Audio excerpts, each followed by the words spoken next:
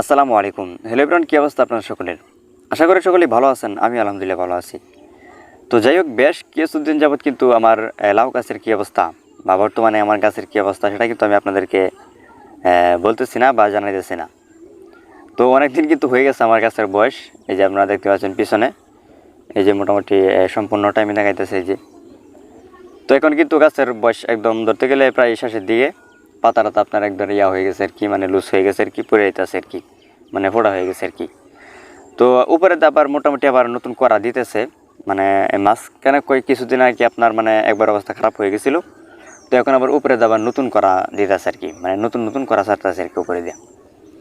তো যাই হোক, ইনশাল্লাহ মোটামুটি আগে যে লাউগুলো বিক্রি করছি ভালোই বিক্রি করছি, কিন্তু এখন কিন্তু আবার লাউ নাই। এই যে পিছনে দেখতে পাচ্ছি, মানে একটা লাউ নাই। এই পিছনে এই যেটা আছে, এই যে পুরোটা, মানে একটা লাউ নাই আর কি। মানে লাউ এখন মানে ধরে না, মানে ধরলেও মানে হয় না, মানে ইয়া হয়ে যায় আর কি, এই আপনার নষ্ট হয়ে যায় বা পচে যায় আর কি। তো একটা ওষুধ আপনারা দিছিলাম, যে আমি কিছুদিন আগে আমি আপনাদেরকে দেখাইছিলাম যে একটা মানে নতুন কবিরাজে একটা চিকিৎসা করছিলাম। তো সেই কবিরাজ চিকিৎসাটা অবশ্য কাজে লাগছিল বেশ কয়েকদিন, মানে কিছু করা ইয়া হয়েছে না আপনার, নষ্ট হয়েছে না, টিকছে আর কি। তো আবার এখন যে কড়াগুলো দিতেছে নতুন কড়াগুলো, এগুলো আবার পড়ে যাইতেছে। তো মোটামুটি এই কাজটা আর কি আপনার কবিরাজি চিকিৎসাটা আপনার কয়েকদিন কাজ করছে, কিন্তু এখন আবার মানে কাজ করতেছে না।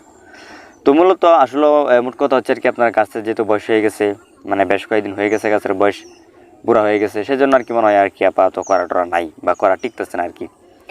তো এখন লাউ বেচার আশা মনে হয় না আর, মানে পাবো বা লাউ আর বেচতে পারবো এরকম আশা নাই।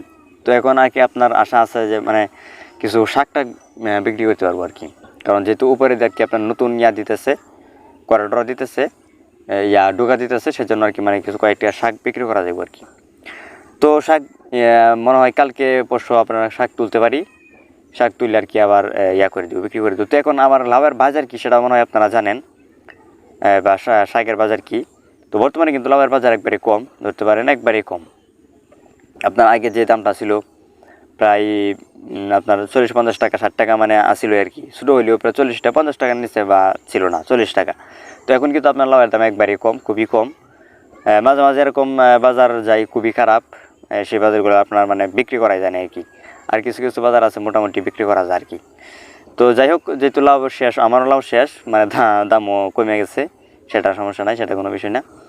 তো ইনশাল্লাহ এখন মানে কয়েকটা শাক বিক্রি করে তারপর চিন্তা করতেছে আর কি গাছগুলা তুলে দিব আর কি, মানে গাছ উড়াই দিব আর কি, কাটটা মানে গাছ উড়ায় তারপর আবার চিন্তা ভাবনা করতেছি ইয়া লাগাই দেওয়ানের, আপনার এই কুমড়া লাগাই দেওয়ার চিন্তা ভাবনা করতেছি।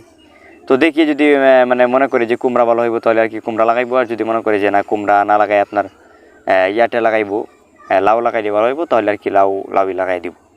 তো যাই হোক, সেটা আরও মানে কয়েকদিন পরে আর কি সিদ্ধান্তটা নিব, যেহেতু এখনও মানে গাছ ভালো আছে বা এখনও মানে ডোগা দিতেছে, সে কারণে আর কি আর কিছুদিন পরে আর কি সেই সিদ্ধান্তটা নিব।